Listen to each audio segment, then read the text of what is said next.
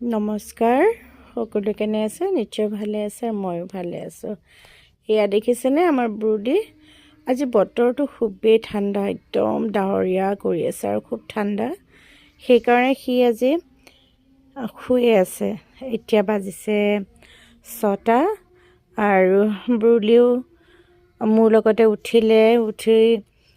মই উঠি ৱাশ্বৰুম গ'লোঁ, ব্ৰাছ কৰিলোঁ আৰু ব্ৰুলিয়ে নিজে তাৰ যিটো পটি কৰা জেগা আছে তালৈ গ'ল।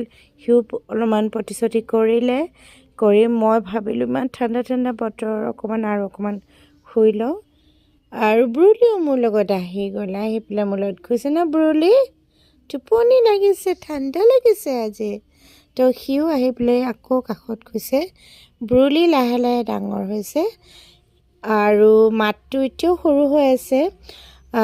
ব্ৰুলিৰ 6 মান্থ হৈ গ'ল, গতিকে সি ডাঙৰ হৈছে এতিয়া লাহে লাহে।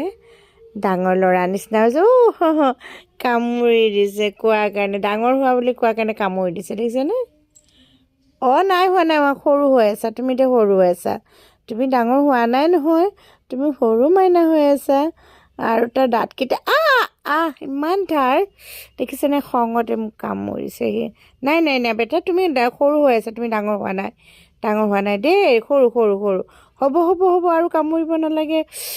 দুখ পাইছোঁ, মামা দুখ পাইছে মামা। উঠি দিলা? খোৱা খং নকৰে ন বেটা, শুই দিয়া।